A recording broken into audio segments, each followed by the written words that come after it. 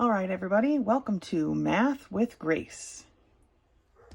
Today we're going to be going through Algebra 2, Book 10, Lessons 11 through 15. Section 11 begins on page 33, and it's titled Measuring Correlation Using R. It says in Lesson 4, we introduced the concept of correlation. Now, Lesson 4 we didn't really do, but that was the scatter charts, right? With all the dots on it, how tightly packed were those dots, how loose, those types of things. Well, if the dots are close together, then it's considered a strong correlation, right? They're almost making a line, but not quite. If they're loosely packed, then it's a loose correlation, and that's what it reviews here, right? Correlation is described as no correlation, so the data points are so scattered, you can't really just look at them and determine something, right? Anything. A weak correlation, so they're a little bit clustered, but they're still pretty wide and spread out, the data. Or a strong correlation, meaning they're clustered in a certain line or in a particular group bundle, okay? The R value is a precisely calculated measure of the correlation among pieces of data, okay? It's just a value that they correlate. Here is the formula to do that, and it looks super scary, right? I mean, this is a crazy formula, but remember, this little e just means the sum. So it's this inside the parentheses here is the sum of the x values times the y values, the sum of all the x values, the sum of all the y values, the sum of the x values squared, the sum of the x values, the quantity squared, okay? So it's definitely a weird formula. It is available on a calculator, so we're going to go over how to do that, okay? We're going to go over how to put that into your calculator. I wish I had my actual graphing calculator, but I think I left it at school, so that one will have to wait for another time. But the instructions are actually on the next page, so we will go through how to do it on the calculator, but because that is a crazy formula. But let's look at this first example, okay? So for this first example, I'm going to use my Texas Instrument calculator.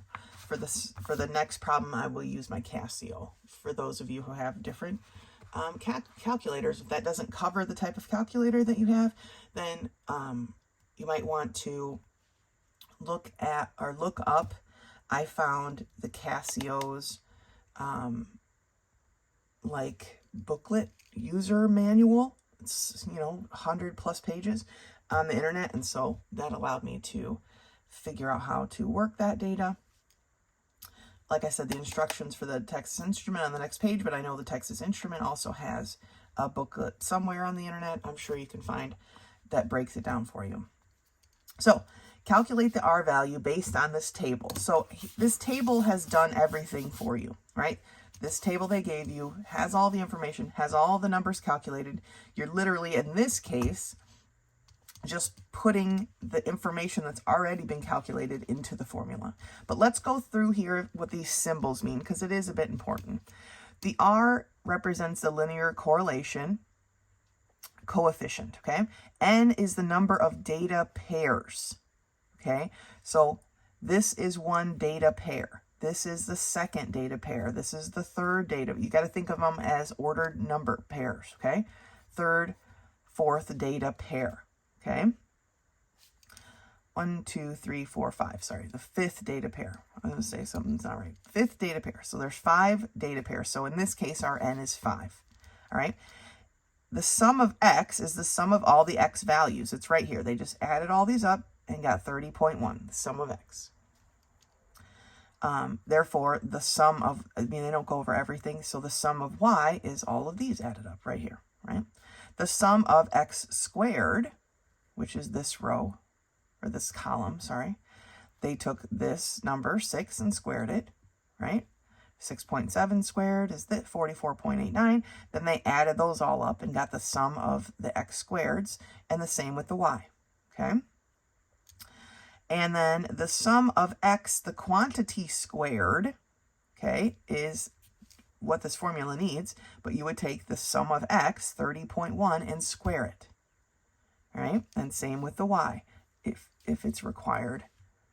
Oh yeah, right here, okay? And then the sum of xy, which is the middle column, they took 6.0 times 4.6. So they multiplied the coordinate pair, and then they added up all those calculations to get the sum of x times y. So 6.7 times 5.5 is 36.85, and so on. Now, I have not personally checked this entire graphic, all these sums, but I have checked most of these, and I believe this chart is correct. You know, this book has had a few errors, but I believe these numbers are correct. Okay, so then what they did is they took this formula and they substituted in the data provided by this chart, and you know, they had to calculate, or they will have to calculate many things, right? And they slowly, well, they do it very fast, but I would suggest slowly working this down until they got an R value of 0.8319, okay? It says here that an R value close to 1 means there's a strong positive correlation between the X and the Y values in data set 1. So this is pretty close to 1, so we would say that that has a pretty strong correlation. All right, so I said I would do it on this calculator, so that's what we're going to do. I believe I have already input the data, but that's okay. So on a Texas instrument, you're going to enter second, shift or whatever. You're going to enter the stat mode, which is under the data button, okay? So you're going to click second data, which is stat. You're going to choose to variable and hit enter, okay? Then you're going to click the data button again, and it says X sub 1. What is the information that you're putting in? So my X sub 1 is 6.0, and you're going to hit enter, okay? And then you're going to have to arrow key. My down arrow is a little stickety, but you're going to arrow down, and it's going to say Y sub 1 equals 1. You have to get, so my X sub 1 was 6. I entered that. I'm going to scroll down. Oh, my button sticks a little bit. You have to push the arrow key over till you're highlighting where that Y sub 1 equals 1, and then change it to 4.6. Enter, okay? Arrow down. Maybe we don't need to enter. Maybe the arrow keys are enough. So data point 2, X sub 2 is 6.7. Arrow down, then over. Y sub 2 is 5.5. Down gives me Y sub 3, which is 5.7. Arrow down, and then over to sorry, that was X sub 3. Y sub 3 is 4.6. Arrow down to X sub 4 is 6.2. Down and then over. Y sub 4 is 5.0. Down to X sub 5, which is 5.5. Down and over. X sub, or Y sub 5 is 4.8. Okay. I'm going to just arrow down to 6. We don't have a 6 point. That's okay. All right. Then you are going to click stat variable. And you saw it said calculating, right? And so then it has all of this stuff. So my N, which just right here, right, is the number of data points, is 5. And then you're just going to use the arrow key to scroll over. My X with an arrow over it, and somewhere I thought maybe it's on the next page, tells us what that is. Oh, it might be a different lesson. Okay. This lesson 11 is about the correlations in this formula and stuff, and so is 14. So we'll get to that in a little bit, I guess. But there's a whole bunch of information up there. Some of it will be useful going forward, some of it not so much. And you're just going to scroll using your left arrow key through until you get to R. But here are the sums, right? The sum of the x's is 30.1. The sum of the x squared, so this one doesn't quite go in the same order, is 82.07.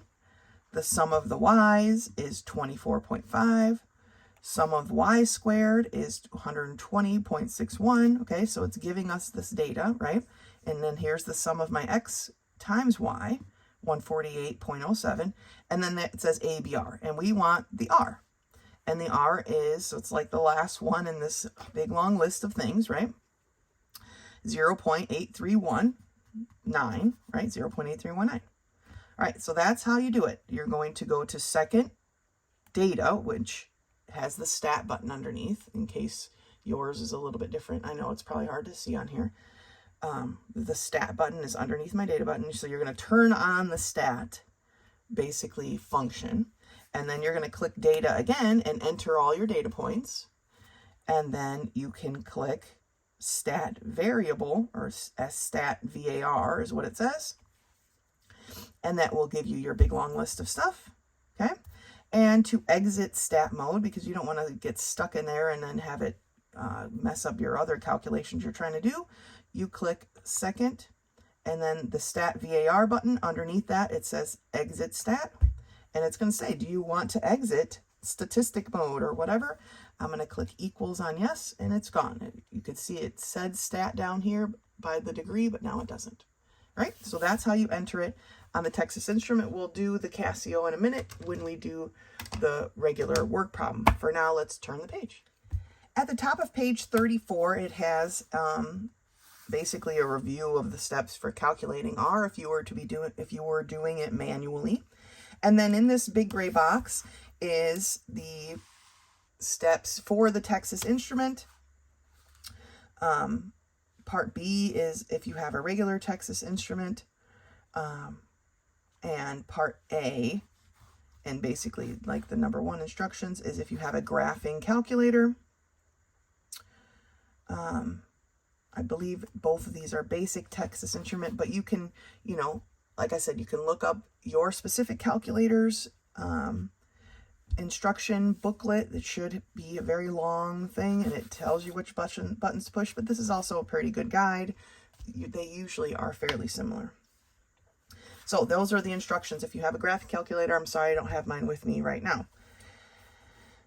Down here at the bottom it says, an R value of 0 indicates that there is no correlation at all, while an R value of 1 indicates a perfect correlation, perfect positive correlation. A negative sign in front of an R value indicates a negative correlation. So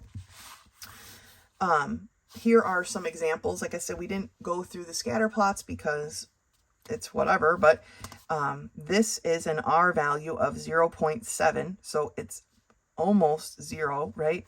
Correlation, it's a decimal, but it's 0.7 is pretty high. That's a pretty high correlation. It's almost 1, right? And it's a positive, so the slope goes up, right? The general slope of all the dots goes up. This line represents the R value. It wouldn't be there normally. If you're just looking at this chart, it would just be the dots, right?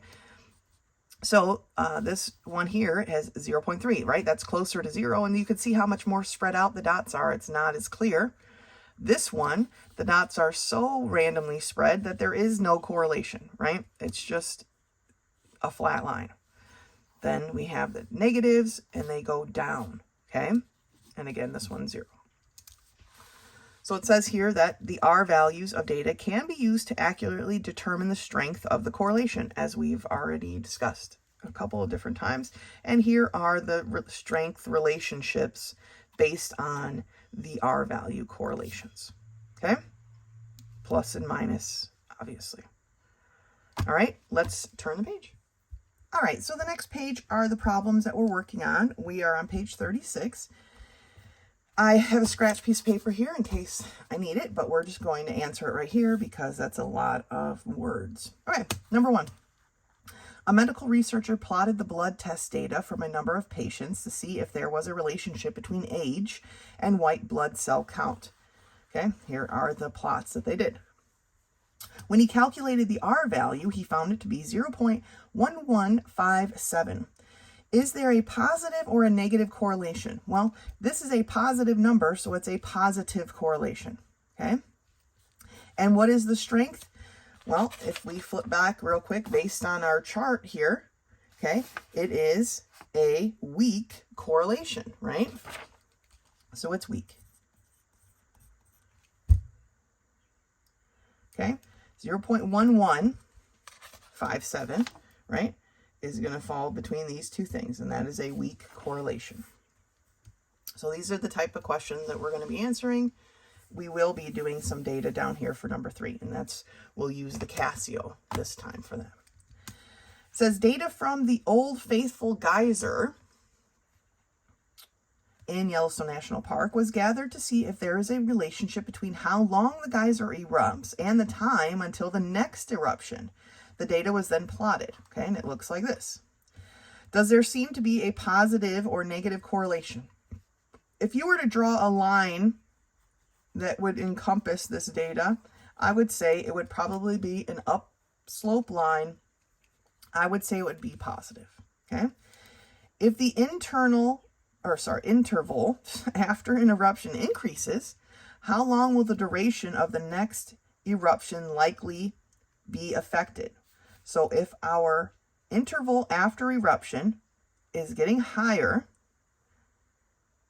how likely is the duration of the next eruption likely to be affected? It's going to be longer, right? The higher we go here, the longer-ish it takes for the next eruption, right? If it's a short interval after, the eruption happens pretty quickly. But the longer it takes, the longer our duration is going to be. All right, it says this data set has an R value of 0.6869. What is the strength of the correlation? All right, I'm going to flip back here. 0.68 is above 0. So apparently everything above 0.50 is a strong correlation. So this has a strong correlation. The equation of best fit line is y equals 0.1797x, so that's the slope, 0.1797, plus 47.4. 47.4 is the y-intercept. It's down here. It's where the best fit line, we kind of sketched in what we considered a best fit, right? It's where it would cross the y-axis. So this is just like the equation of line. This is like saying y equals 2x plus 4. Right? That's what this is. It's just not as clean, right? It's a little messy. If Old Faithful erupts for 225 seconds, approximately how long will it be until the next eruption? Okay, so we have to decide. Is that the duration or is that the interval? Well, that's the duration, right? Because they're asking us how long would it be to the next one. So they want us to solve for y. So they're asking y equals 0.1797 times 225 plus 47.4. What is my y going to be equal to? Well, we can calculate that right here. Let me get to a clear-ish spot. All right, so I have 0.1797 times 225 equals plus 47.4 equals our y, or our interval, is going to be approximately 87.8, what is it in minutes? Okay. They gave us the equation of best fit. Great. That's the general line that they would draw in to represent this data, right? These points. And from that, we're able to calculate one thing or the next. And it's not obviously going to be exact or precise or even correct in the general scheme of things, but it is an estimation, okay? It's an estimation that they've made by this best fit line. It allows them, they call it predict, it allows them to predict what will happen, but obviously that's a very loose use of the word. All right, how could knowing this correlation be helpful to visitors of Yellowstone Park, right? Knowing the correlation could help you plan your visit so that you don't miss an eruption, right? If you want to see an eruption and you have a short amount of time, that would help you to be able to hopefully be in the right place at the right time, right? I'm pretty sure the park does this for people already to say, hey, this geyser usually erupts around this time of day or in this many minutes. It should be erupting. You know, if you want to see it, you better get there and see it, okay? So that is how that information is useful. Okay, number 3, the goodies. That's what we're here for. I'm going to position my book here in a way that this calculator can be seen better. So maybe right about there. I know there's still a glare, but I will do my best. Okay, so this one's slightly different. To use the data function, but it's not horribly hard. As I'm sure you know, I use the Casio more than anything else. It's just what I'm comfortable using. So determine the R value for the data set, and then it asks us these other questions, okay? So this is our data that we're going to be inputting. All right, so you got your Casio ready. You are going to hit the mode button, and it comes up with all this stuff, right? Obviously, we want the statistics because that's what we're dealing with. So you're going to hit a 3. And once you hit that 3, it's going to say, well, what kind of statistics are you doing? It's giving you a big fat list again. We want number 2, A plus B with an X, okay? So we're going to choose number 2. And it gives us this little chart. Here's our X values, here are our Y values, and now we're going to input them. So 17.4 equals, and it moves down. We'll come back to the Y in a minute. Right now we're putting all the X's in. 14.7 equals. 12.5 equals. 11.6 equals. 11.6 equals. 8.5 equals. Okay, we've entered in all the values we need. Now we're going to move over to our Y side, and we're going to go back up to number 1. Okay, with my Y at number 1, I'm going to enter my Y values. 26.6, enter, or equals. 26.5 equals. 26.0 equals. 25.9 equals. 25.8 equals. 24.5 equals. And that should be it. This row 7 should be empty of both because we are done. Okay. Then the next part, which every time I do it is a little bit scary. Okay. You're going to hit clear. And I know, don't freak out. I do it every time. It like makes your heart flutter a little bit. But you're going to hit clear. And it's going to bring you to this screen. You can still see that my stat is on. Right here it says stat at the very tippity top, right? So we're still good. All right.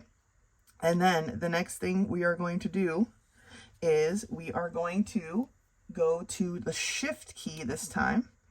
And we are going to choose number 1, which is the stat. So underneath my number 1 it says stat. We're going to choose that. Now, this one is not laid out as neatly as the Texas Instrument, where you're just going to swipe from the things that you need, right? It has different parts. So we want the R value. That's right here under number 7, okay? So we're going to push number 7 to get the R value. But if you wanted the sums, you could put number 4. Remember how we had the sum of the X, the sum of the Y, the X times Y, all that. That's here under number 4. And I think there's something useful maybe under number 5, but, you know, you'd have to check around and see. Probably lesson 14 will be doing that more. But right now, we want to see the R value. So we're going to push 7. And then 7 has a list of values, okay? A-R-Y with the, I don't know what kind of little divot above it, and B and X, right? So we want number 3. So you're going to push 3. And then it says 0, but that's not right. You're going to hit equals. And there is our R value, okay? So our R value for this data is 0.9153. I'm just going to 4 decimal places because that's what they did. And their R value, so I'm going to do the same thing. Now, is there a positive or negative? This, again, is a positive number, so it's a positive correlation. And what is the strength? It's 0.9. It is pretty strong. It is almost a perfect positive correlation, right? So that's a very strong correlation of data. And so that is this lesson, okay? If you need help with the calculator, go back and watch, slow it down, go back and do it again. Like I said, for my Casio, I was able to find at support.casio.com, the booklet for my Casio. And then I just took a screenshot and I printed out the one page that I needed out of the 100 pages that were available for all the different things that it can do that I don't need to know how to do right now. So, but if you need help with the calculator, let me know. I can do my best to try to help you. I'm sorry. Again, I don't have my graphing calculator. I'm sure it would have looked cool because you probably could actually see the graph of the points in the best fit line and all that stuff. But maybe next time I'm going to try to bring it home. I think I left it at class. Anyway, that's it for this lesson. Go ahead and finish the review problems and meet me back here for lesson 12. Lesson 12 begins on page 38, and it's called the Law of Cosines. Okay, so it says the law of sines cannot be used to solve a triangle when the given information is 3 sides or 2 sides and an included angle. Okay, we've done the law of cosines a lot. Or sorry, the law of sines. But the law of cosines can be applied to find the missing measures, right? And this is the formula. These are the formulas for the law of cosines. And we base it off of the angle that we have. If we have angle A, then we're solving for A squared. If we have angle B, solving for B squared, angle C, solving for C squared, and so on. So how are these formulas applied? Let's take a look here at example 1. It says solve triangle ABC with B equals 8, C equals 10, and angle A equals 25 degrees. Round your answers to the nearest tenth, okay? You can see that we don't have A, side A, so we can't do the law of sine where it's the sine of 25 over side A, right? We don't have enough data. But because we have angle A, we know we're going to use the formula A squared equals B squared plus C squared minus 2BC cosine A. Now, this is 2 times B times C times the cosine of A, right? And then we just substitute in all the data that we know, right? We're going to have to calculate cosine of 25 degrees. But then we solve, we have this square root, obviously, because we have A squared and we need to solve for A. So you will have decimals in your answer. And then it says with this additional information, now we can use the law of sines to finish off the rest, right? The sine of 25 degrees over 4.4, which we just calculated, equals so on and so forth, all right? And we can solve the rest. But we need the law of cosines, these formulas here, to kind of break us into, get enough information that we can continue the rest. All right, let's take a look at the top of page 39. It says when we have 3 sides of a triangle, it's best to solve first for the largest angle, which is always opposite, as we know, the largest side, right? The side that's open the biggest has to have the biggest angle. And so because we only have sides, A, B, C, right, we are going to choose the angle, therefore the formula starting with a B squared because it's the biggest side. And then again, we're going to substitute in our information. We're going to end up with the cosine of B equaling a decimal, right? And so then we do the inverse cosine on our calculator to get the measure of the angle. And from there, we can use the law of sines again to finish. Find the rest of the parts, okay? So here is just a small review of which types of triangles we use to using the law of sines or the law of cosines. And then let's take a look at these problems together. All right, so we are working on Algebra 2, Book 10, Lesson 12. We're on page 39. Here is the formulas for the law of cosines. And problem number 1, 2, 3. They want us to use the law of cosines to solve each triangle. So we're going to start here with number 1, where B equals 35 degrees, A equals 12, C equals 4. Okay, so because we have B equals 25 degrees, or 35, we know we're going to start with our B squared. So B squared is going to be equal to A squared plus C squared minus 2 times A times C times the cosine of B, which is 35 degrees. Okay, that is the formula that we're looking for. So B squared is equal to 144 plus 196 minus, let's see here, I gotta pull out a calculator for those here. we have 12 times 14 times 2 times the cosine of 35 degrees. So we get 275.24, okay? So I have b squared is going to equal 144 plus 196 minus 275.24. And I get 64.76. I need to take the square root of both sides. So the square root of, let's see, oh, this one just has answer button, equals, my b is equal to 8.05. Okay? All right, so my calculator was set for some different calculations. I had to go and clear the settings there, but it rounded to 8.05, right? I had 2 decimals set, so it was only giving me 2, but the answer is the same. All right, so now we have our b. So now we can do the sine of 35, which is angle B, over side B. And let's go ahead and just do A, right? Is equal to the sine of A over 12. Cross multiplying, we get 8.05 times the sine of A equal to 12 times the sine of 35 degrees.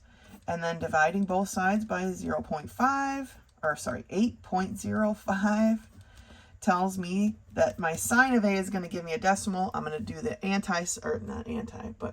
inverse sign. So let's get this in our calculator.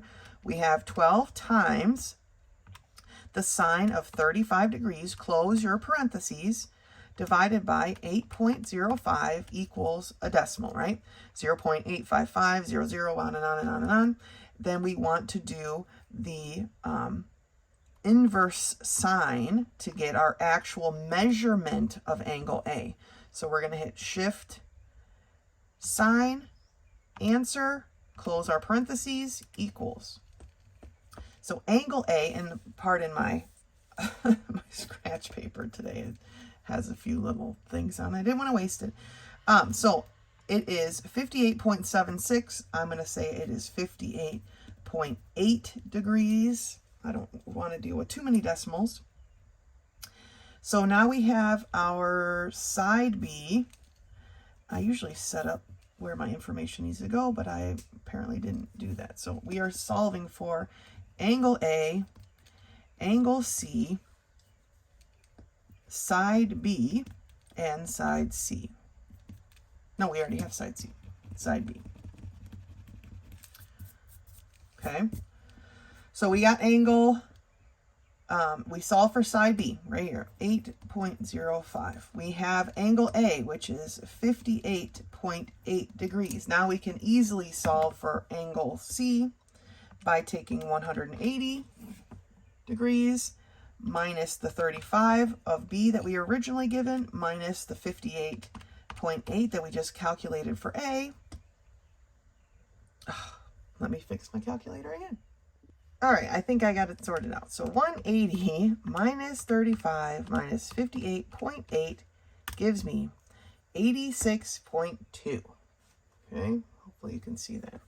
So C is 86.2 degrees. So that was the extra information that we needed to solve for. All right, let's take a look at problem number 2. For number 2, we're given that C is equal to 104 degrees, A is equal to 11, B is equal to 16. Because we have angle C, we're going to start with this, the C squared law of cosines. So C squared is equal to A squared plus B squared minus 2 times A times B times the cosine of 104 degrees. All right, now, for those of you who like to put all this in the calculator at the same time, we can, right? So we can take 11 squared, right, plus 16 squared, yeah, that's good enough, minus 2 times 11. Make sure you're closing your parentheses, times 16, times the cosine of 104, close, close, equals. So c squared is equal to 462.15, 6 or 16.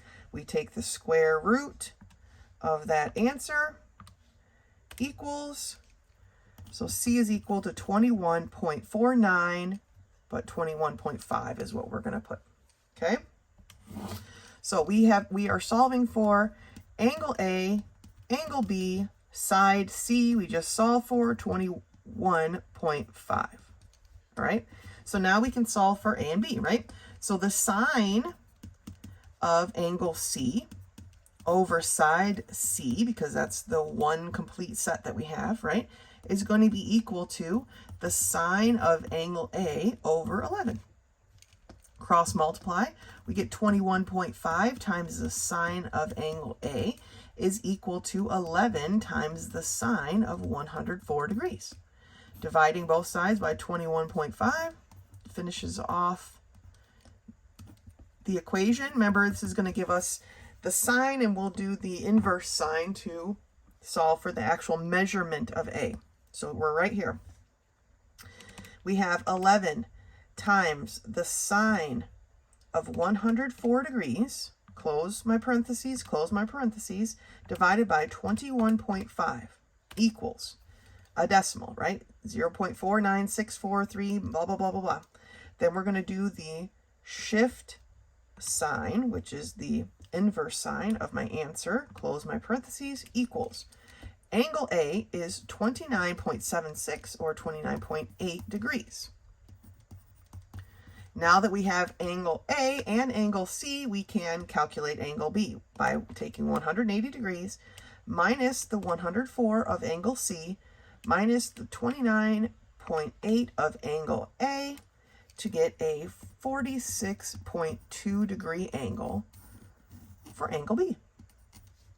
Okay? Last one, number 3. For number 3, we have all the sides, right? We have 11. A is 11, B is 25, C is 20. We need to solve for the biggest angle, which would be from the opposite the biggest side, or side B. So we're going to say B squared, which is 25 degrees, or not degrees, but 25 squared, is going to equal A squared plus C squared minus 2 times A times C times the cosine of B. Right, because B was our biggest side, so angle B is our biggest angle. So 25 squared is what again? 625 is going to equal 121 plus 400 minus 2 times 11 times 20. Of course, 440 times the cosine of B. All right. Together, this is 521, right? These two numbers here. So I have 625 minus 521, because we're going to subtract it from both sides. And that gives me 104 equal to a negative 440 times the cosine of B. 104 divided by a negative 440. Okay, so divided by a negative 440 gives me a negative decimal, right? Because that's where we're doing the cosine. So we're going to be doing now the inverse cosine, which is, for me, it's just the shift cosine button. Maybe you need to hit second or something, but we're going to hit the shift cosine, answer, close my parentheses, equals. So I find out that angle B is 103.67, so we're going to round that to 0.7 degrees. Okay, so we need to solve for angle A, angle B, and angle C. Angle B we just solved for 103.7 degrees. That becomes our base for our law of sine. So it's going to be the sine of 103.7 over 25 is equal to the sine of angle A over 11. We're going to cross multiply. So 25 times the sine of A is equal to 11 times the sine of 103.7 degrees. Dividing both sides by 25, and then we will be able to find our angle A. So getting that put in, we have 11 times the sine of 103.7 degrees, close my parentheses, divided by 25 equals a decimal, right? 0.42748, blah, blah, blah. Now we're dealing with sines, so we need to do the inverse sine. So I'm doing shift sine of the answer, close my parentheses, equals. A is 25.3 degrees. Okay, 25.3 degrees. So now we need to solve for C. We're going to take 180 minus 25.3 minus 103.7 equals. And it is 51 degrees. Now, looking at this, we can say, yes, these are reasonable answers because A is the smallest side, and therefore it should be the smallest angle. C is almost double A, which again, true, right? And B is the biggest, so of course it's going to be the biggest angle. All right, so we're using the law of cosine because we can't use the law of sine. We're not given enough information. We don't have two pieces of the same side, right? We don't have an angle and its side. So we use the law of cosine to solve for that. And then we can switch back to the law of sine to solve the rest of the pieces. All right? That's it for lesson 12. Go ahead and finish the review and then meet me back here for lesson 13. Lesson 13 begins on page 42, and it's titled Conic Sections and Analytic Geometry, Translated Hyperbolas. Now, we've translated all sorts of things. This should be nothing new, okay? But it says here that the center's at the origin. Your hyperbola's equation is going to look like this or this, right? But it's not always going to be centered at the origin. And therefore, we have to add our HK. Remember, the H always goes with the X. The K always goes with the Y. And when we're dealing with the center, actually calculating where it is, we're taking the opposite. Because remember, this negative belongs to the equation. So we will take the opposite to find the actual center. Okay? So when we have it here, for example, 1a, write the equation of a hyperbola with the center at -3, 1 and blah, blah, blah, the axis, right? Well, -3, 1 tells me my x plus is going to be an x plus 3, right? And my y is going to be a y minus 1. It's always the opposite, just like every other translated system that we've done, okay? It's always the opposite. So looking at example 1b, right? Now they want the focal points for the same equation. Well, remember, to find the foci, it's plus or minus the square root of a squared plus b squared. So they've calculated that to be 3.6. But remember, that's not going to be our focal point because our center is no longer at 0, 0. But plus or minus 3.6 is what we're going to add. Since this is a horizontal transverse axis, we're going to add it to our x value of our center. So we're going to take our -3 and we're going to add 3.6. So our one focal point is going to be at 0.6, 1. And then we're going to take our -3 and we're going to subtract 3.6. And so the other focal point is going to be at -6.6, 1. All right, if we were going horizontally, we would add or subtract it from the y value. All right, so nothing new here.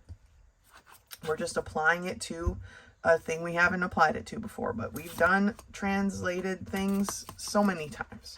Now, on page 43, it's kind of nice. They actually gave you a conic equation summary.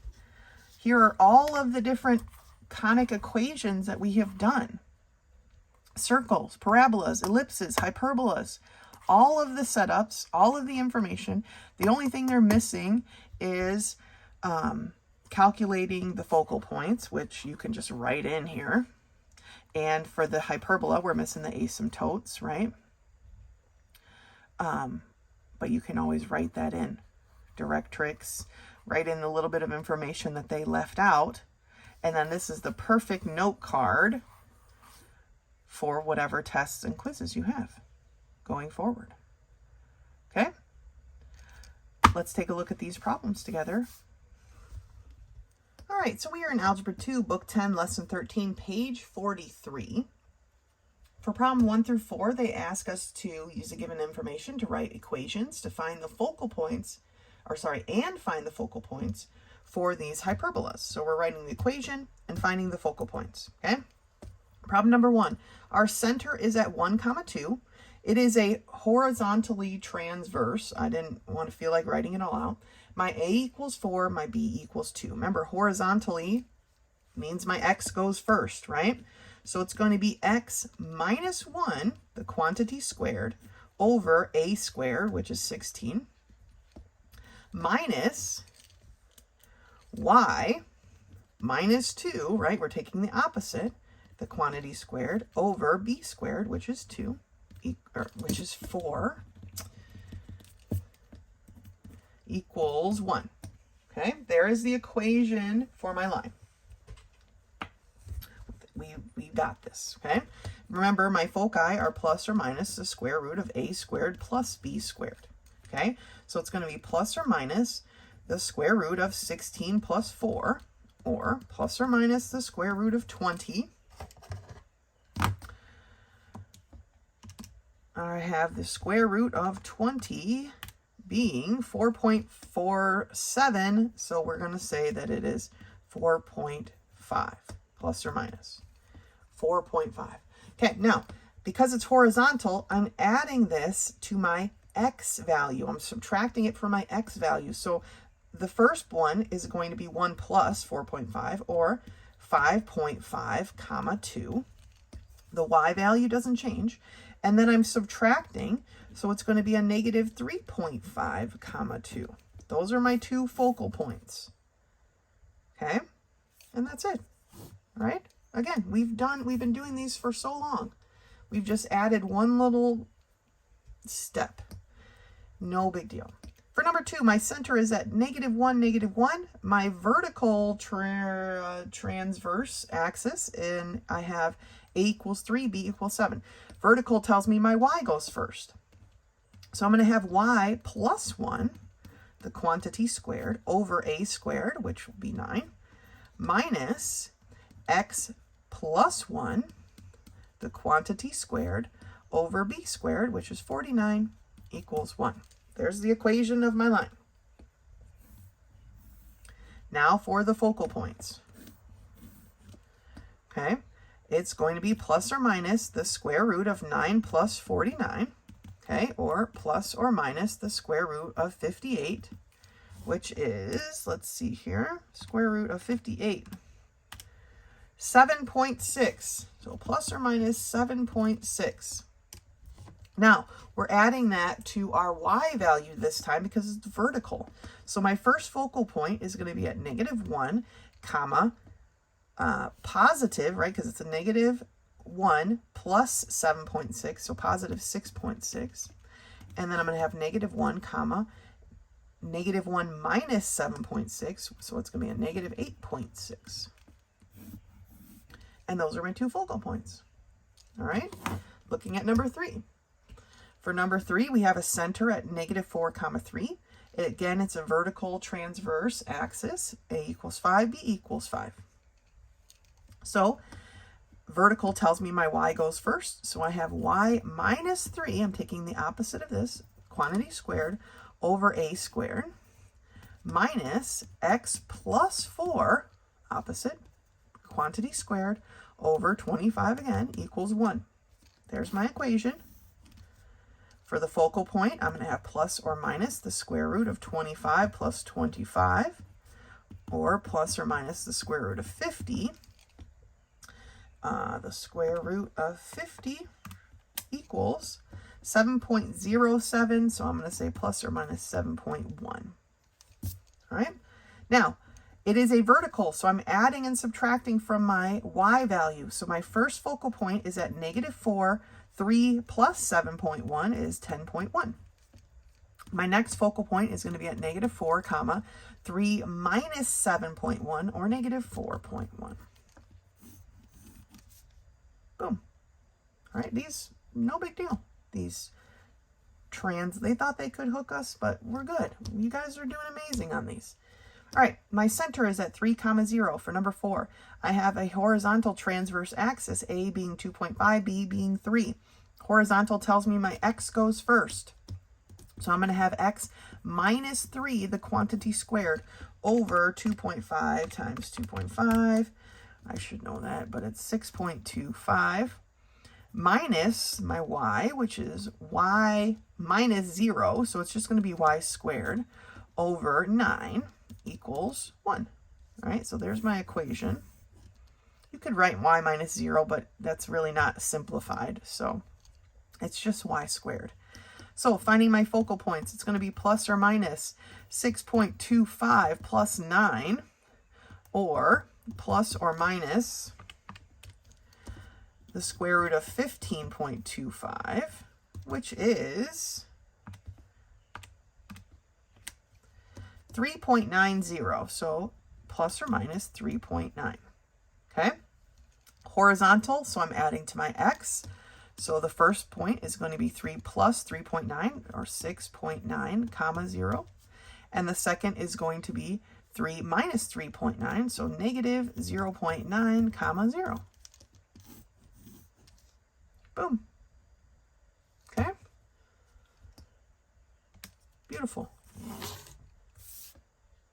Let's take a look at problem number 5.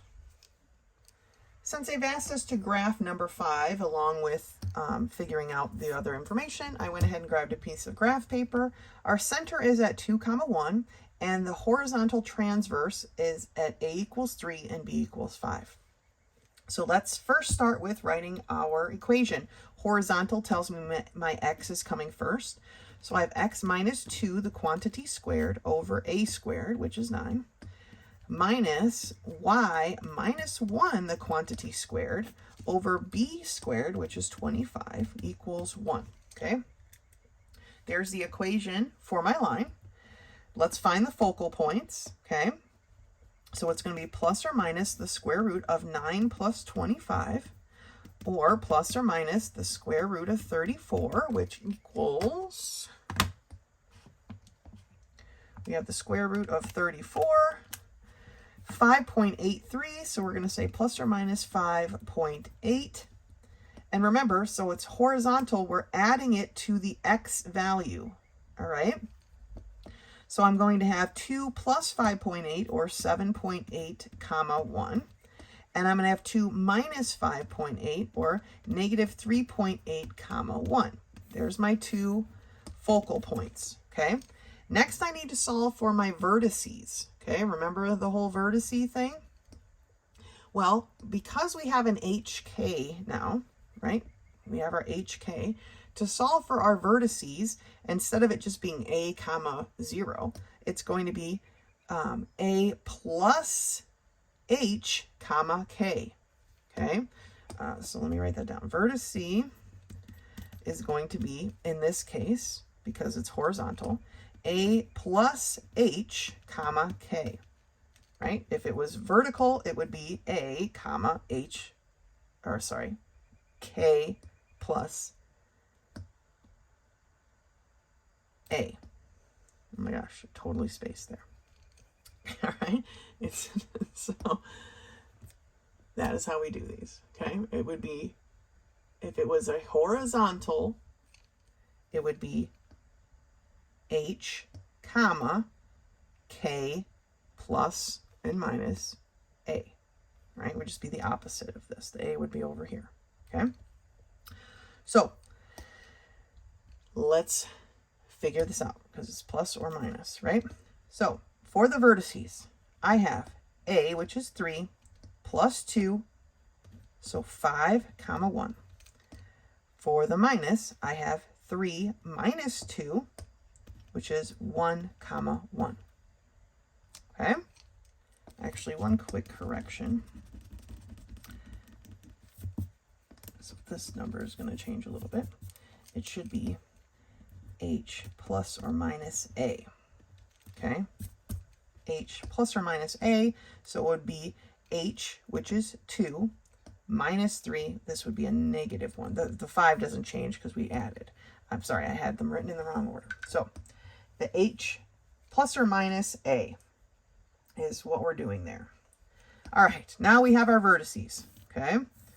Let's look at our asymptotes. For this particular problem, our asymptote is going to equal y plus or minus b over ax, right? But remember now, our center is at a different point. So we're going to solve for this, but we're not going to, we can't start at 0, 0. We have to start at this 2, 1. So for my asymptotes, my y is going to equal plus or minus 5 over 3x. That's the slope of the line, but it's going to be at this point. Okay? So let's take a look at how we graph this now. We have all the information that we need, so let's set up our graph. So I just set up a general graph. Remember, our center is at 2, 1. So I'm going to put a dot for my center. Now, my vertices are what I'm going to plot next. And they're at 5, 1. So that's 2, 3, 4, 5, 1. And negative 1, 1, which is right here. I can do my asymptotes next. I'll do my foci last. My asymptotes next. So this is the slope, but remember, I need to start here this time. Not here. I need to start here. There's a way to figure out the exact equation of the line, but it isn't really necessary if you just start at the center instead. So remember, you're going to go up 5 over 3. So 1, 2, 3, 4, 5, 1, 2, 3. That's the next point. I'm going to grab my ruler and I'm going to fill in my dotty bits.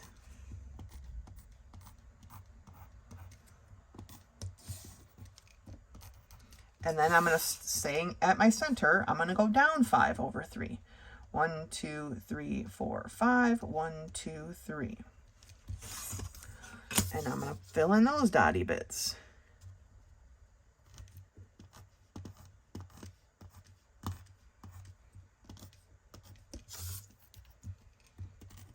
Okay, so there are my asymptotes.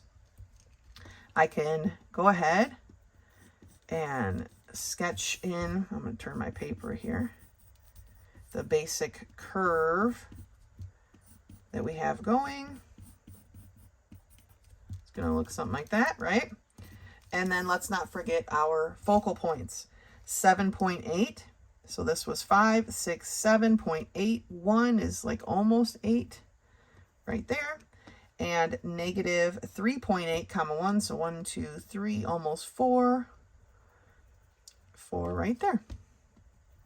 All right, and so we have now sketched the graph of our hyperbola, translated to a center at 2, 1.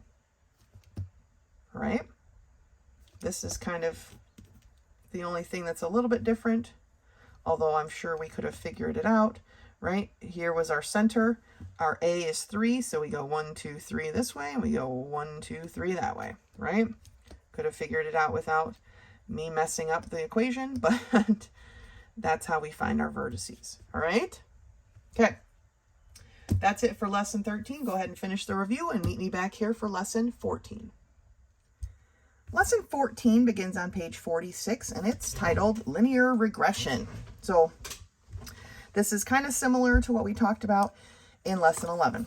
So it's linear regression is an exact method of calculating the slope and y-intercept of a line of best fit. So here's where we're actually calculating what that line of best fit is that we talked about in lesson 11. So the slope and the y-intercept, right, the m and the b of the y equals mx plus b, slope-intercept form, right, can be calculated using this slope formula. Again, a lot of numbers, right? And here is how you calculate the y-intercept. Again, this is data points that we can use in our calculator, right? We've calculated this. We know how to find this stuff in our calculator. Let me see here where it tells us what this y with the line over it means. I'm pretty sure that is a y data point and the x and an x data point. So let's take a look. Let's take a look at example 1. So it says calculate the regression equation using the data given. So they want the equation of the line of best fit, okay? It says before using the equation to find the slope of the best fit line, it's necessary to calculate the needed values from the raw data. This is the data points that you would put into your calculator, okay?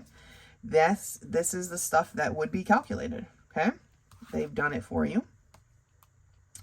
And so we would have to put that into the formula. So again, the formulas are here, and here it is again. They're putting in the data, and they're calculating the slope. So the question is, how do we do that on our calculator? Let's take a look. So I'm going to use the Texas Instrument for this one, and then I will use the Casio for the other problem. So let's take a look here. Let's get it in a good spot. So as a review, to go into statistics mode, I'm hitting second data because the statistics button is underneath there, okay? We are choosing 2 variables because that's what we're at. Enter. Then we're going to click the data button again because now we need to enter our data, and it gives us our x sub 1. I'm just going to kind of follow along here. 63 is my x sub 1. I'm pushing my down arrow key, takes me to y sub 1, over, gets me to highlight where I can actually, oh, you can't see it, where I can actually enter the data, okay? And it's 32. And then down gives me the second point, which is 67. Down and over, I enter 37. Down gives me y sub 3, which is 52. My down button sticks. Oops. I'm on y sub 3, which was, or x sub 3. So y sub 3 right here is 29. Down is on x sub 4, 59. Down and over, I could put in my y sub 4, which is 33. Down takes me to x sub 5, so it's just 64. Now, oh, come on button, down and over takes me to y sub 5, which is 39. And then the last one is 6, 36, down and over gives me a 19. I go down one more just to make sure it's all set in there, okay? Then on the Texas Instrument, you click then the stat VAR, and it's going to calculate, and then it pops out, right? So if you see here, I wrote a little a next to this in parentheses, because in the calculator, the slope isn't called M. Maybe they can't make an M on here. I don't really know. But it is listed under A. So if we scroll through all of those choices, right, and it's going to give us numbers for each one of these. And, you know, there's my Y with a line over it, right, which is what this was. And my X with a line over it is over there. We passed it already. But if we get over here to this A, so it's right at the end, kind of near our regression thing, the letter A is actually the slope, 5.933, right? Ours is 5.9328. They rounded it to 33. That is the slope of the line, okay? So moving up to the next page, the top of the next page, trying to stay here where we can see this calculator. And of course, it's being a stinker right now. Goodness gracious. After we calculate the slope of the line, the y-intercept is found by using the equation b equals y with the line over it. Oh, here it is. Remember, the x with the line over it and y in the line over it are the means of the x and y value. Okay, so they're the average. That's what that means. They're the average. So you're going to take the average of the y minus the slope times the average of the x, okay, and get our b, which I believe is just the b. Yeah, so there it is right there, b. Our b is negative 2.2192. So Ours is slightly different, but not enough to be worrying about. So that is the equation of their best fit line, right? The A, or the slope, y equals the slope times x minus b, okay, which is right here. So all of that can be found right here in your calculator. You can do all those things. We'll do it on the Casio, like I said, and save us from these calculations, okay? The bottom of page 47 goes over the review for calculating the steps.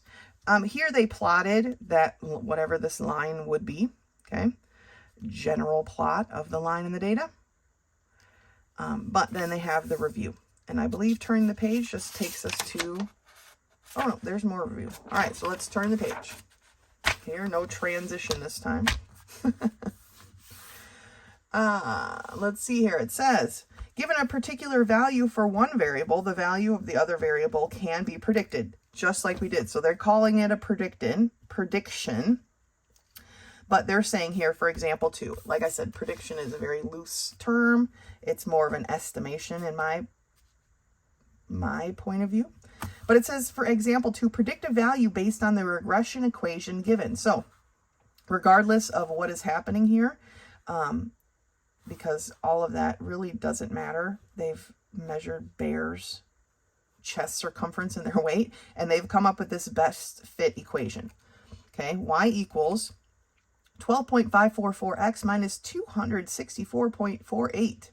Okay, and it says, if a bear has a chest circumference of 40 inches, so remember this is our x and this is our y, what would be its predicted weight?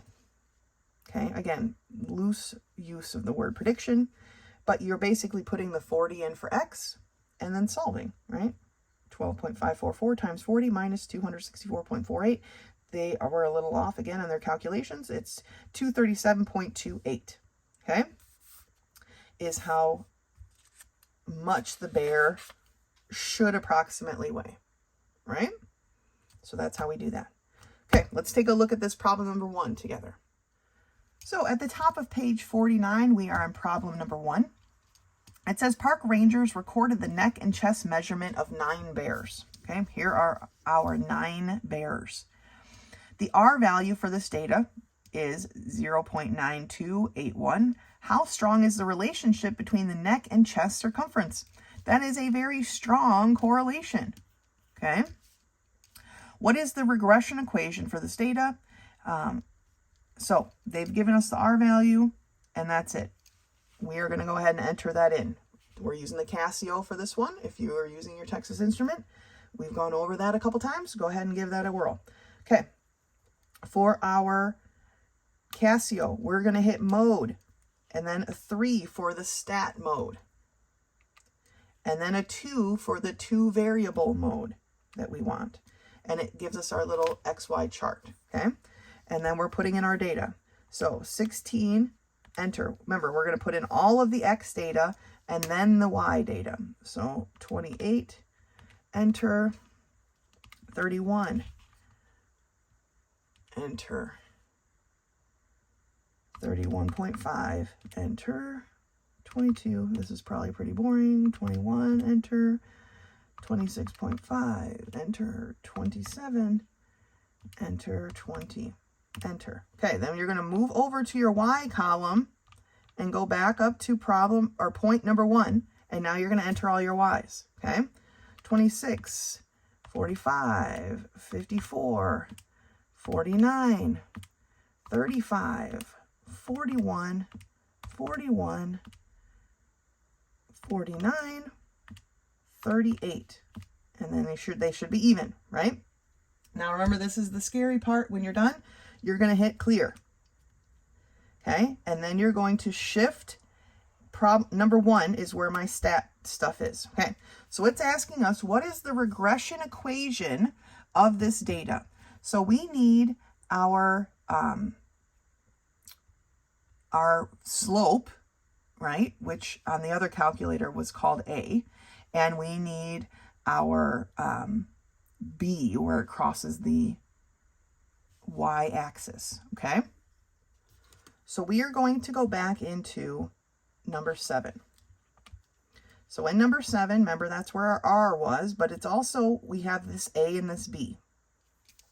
So for the regression equation, my y is going to equal, we've determined that the A represents the slope, right? So 5.7273x, okay? Now, we need to get back to the other thing, so you're going to have to hit shift number 1 again, go back into number 7, and then the B is number 2, equals plus 1.4639, okay? That is the regression equation of the best fit line. So then it says, is this correlation between the pieces of data positive or negative? Well, the slope is positive, right? So it is a positive correlation. And then it's asking for an estimate. What would the estimated chest measurement of a bear with a neck measurement of 35 inches? Right, so the 35 is my X value. So I'm going to have Y is equal to 5.7273 times 35 plus 1.4639. Okay, so that's what we're going to do in our calculator now. So I can clear out of here. Now, my statistics are still there. I can do other things. This data will be saved, so if there were more questions, we can answer them, okay? But when you're done, I'll show you, when we're done with this, I'll show you how to clear out that data so that you can enter other data or whatnot. So we have 5.7273 times 35 plus 1.4639. So the bear with a neck measurement of 35 inches would be have an estimated chest measurement of 201.9, what is it in inches? That doesn't seem right.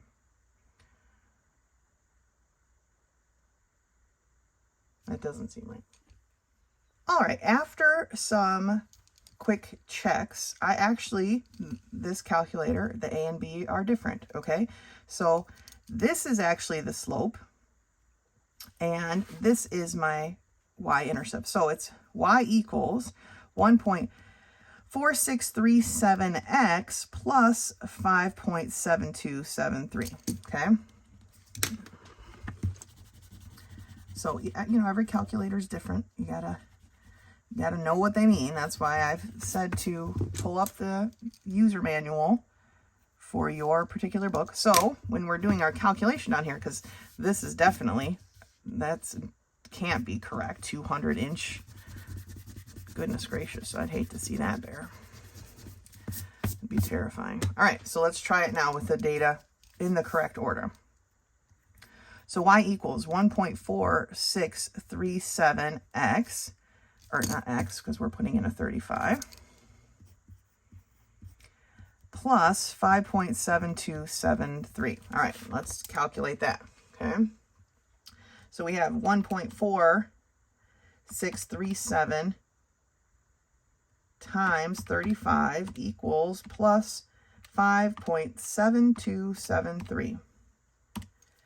So my y is going to equal 56.9 inches. And actually, if we rounded, it would be more like 57, because all of these would be rounding.